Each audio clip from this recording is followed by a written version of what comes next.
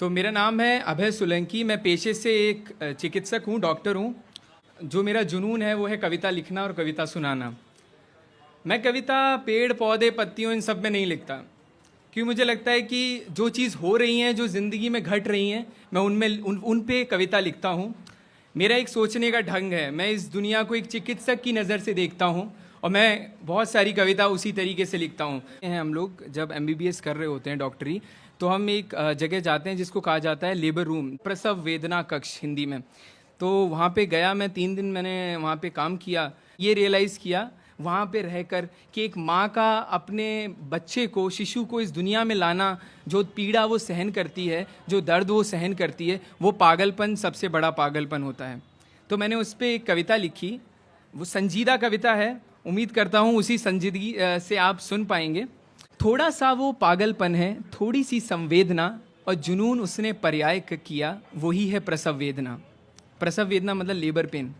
आम नहीं मैं खास लिखूंगा, दोहरा कर विश्वास लिखूंगा, पागलपन की पराकाष्ठा से आज नया इतिहास लिखूंगा। मेरा आना इस दुनिया में कोई मामूली सा काम नहीं है।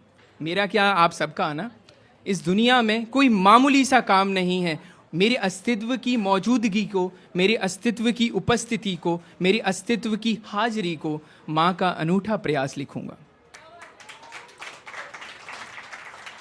जो पीड़ा उसने सही है, उस पीड़ा का अनुमान न होगा। सब कुछ होगा इस जीवन में, पर माँ का कभी अपमान न होगा।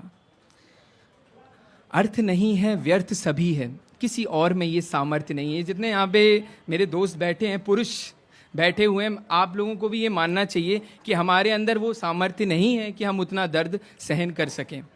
अर्थ नहीं है, व्यर्थ सभी है, किसी और में ये सामर्थ्य नहीं है। आशीर्वाद हूँ मैं उनका, अब उनसा कोई भगवान न होगा। थोड़ा सा वो पागलपन है, थोड़ी सी संवेदना, जुनून जिसने पर्याय किया, वो ही है प्रसव वेदना। फिर मैं जब बाहर जाता था, उस लेबर रूम के बाहर, तो एक आदमी खड़ा होता था जो उसका हस्बैंड होता था। वो पूछता था कि डॉक्टर साहब क्या हुआ, क्या हुआ? तो उसके चेहरे पे एक बेचैनी थी। बेचैन खड़ा वो आदमी, चिंता उसके चेहरे पर है, और पहली बार पिता बनने की इच्छा उसके चेहरे पर है। नतीजा मानो आने को है सबसे बड़े इम्तिहान का।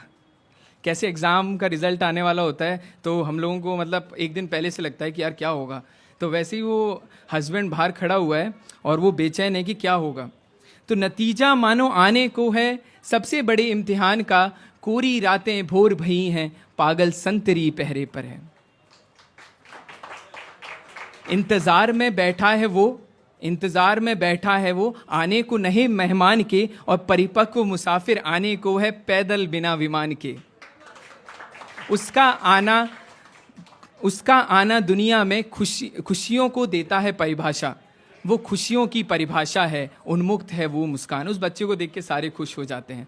थोड़ा सा वो पागलपन है, थोड़ी सी संवेदना, जुनून जिसने पर्याय किया, वो ही है प्रसव वेदना। मैं 4 लाइनें मैं बोलना चाहूँगा गुफ्तगू कैफ़े के बारे में जो मैंने लिखी हैं।